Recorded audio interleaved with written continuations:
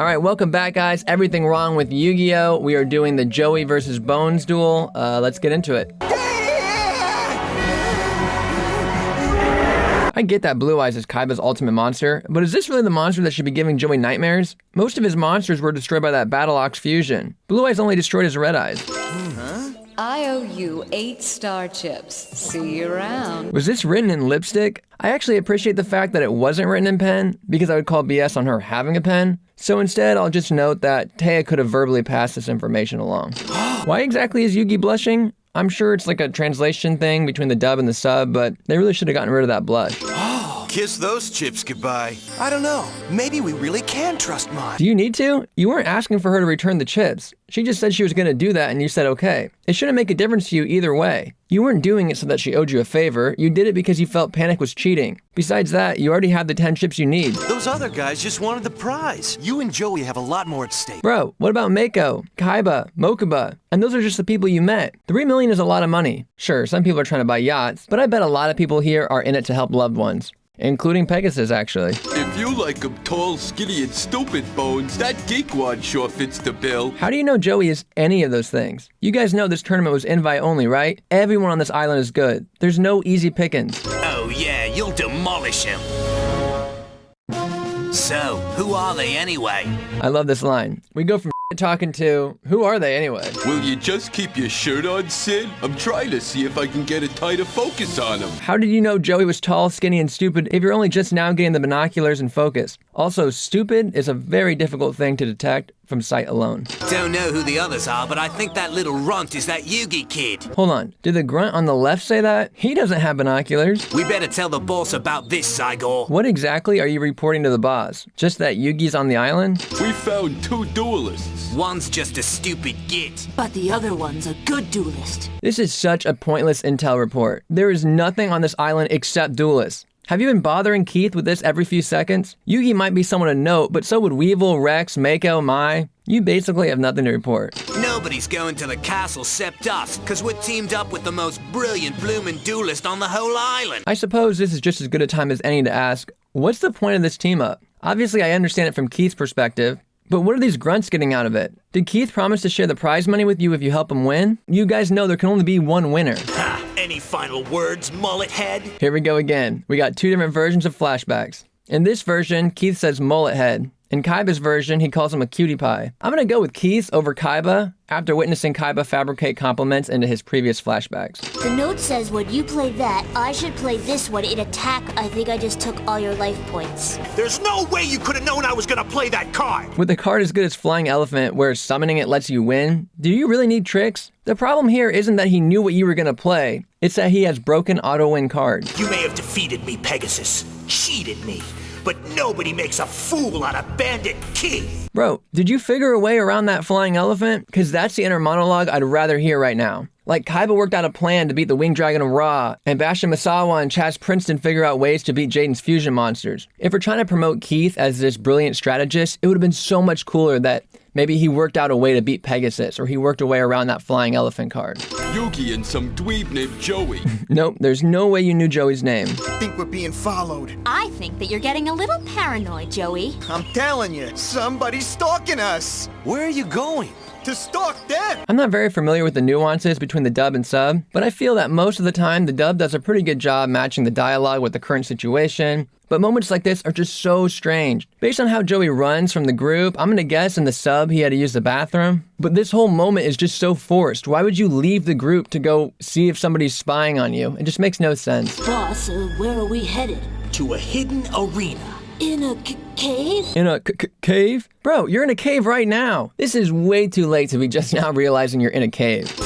I got all the power you need right here to build the strongest zombie deck in Duel Monsters history. So this moment really makes Keith's character kind of interesting. I like that he's actually building a deck and putting some thought into it. He's a machine specialist, but knows the game so well that he's familiar with zombie cards as well. All that's well and good, but why are you trying to build the deck by flashlight in a pitch black cave? This should have been done way before you guys even got to the cave.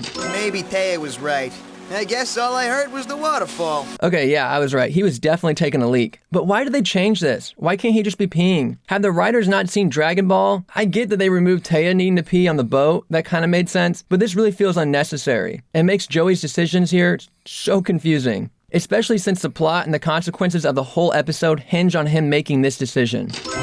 Can I help you? Oh my goodness. Can I help you? Bro, the clunky dialogue that kicked all this off was thinking that you were being stalked. Then you decided it was all in your head and the noise was just from the waterfall. Then a menacing looking person approaches you and you hit him with a, can I help you? Why not, hey, so you're the creep that's been stalking us. I knew we was being followed. That would have made a lot more sense.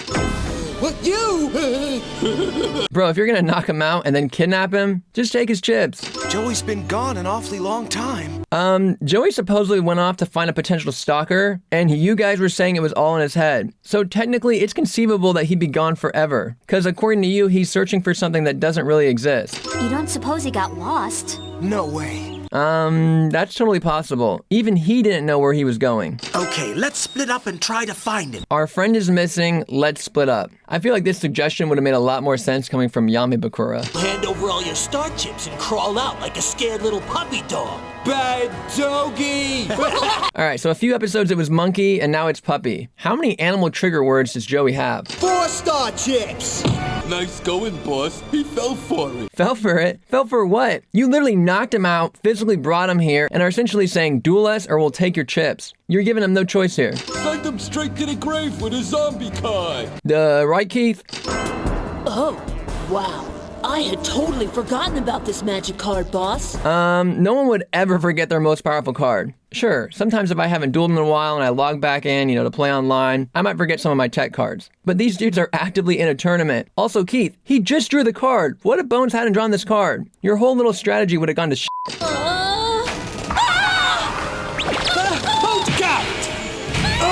That Pegasus has sure got a sick sense of humor.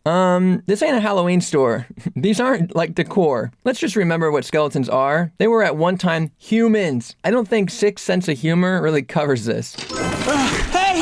My foot! Chat, what do we think? Is Yami Bakura in control and just posing as Bakura?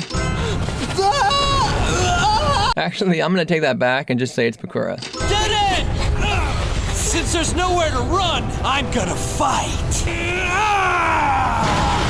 I love Tristan. This is almost frame for frame the same as Saitama. A balloon? And that's a speaker. Shit, dude, you spotted and identified that thing in 2 seconds. Pegasus spared no expense to scare us half to death. Is that really what impresses you? I feel like I could pull that trick off for a few $100. However, not even Bezos could pull off the island loaded with cameras, hooked up for audio video, state-of-the-art dueling arenas, luxury cruises. This is definitely the cheapest part of the whole operation. I don't know how I can win this duel.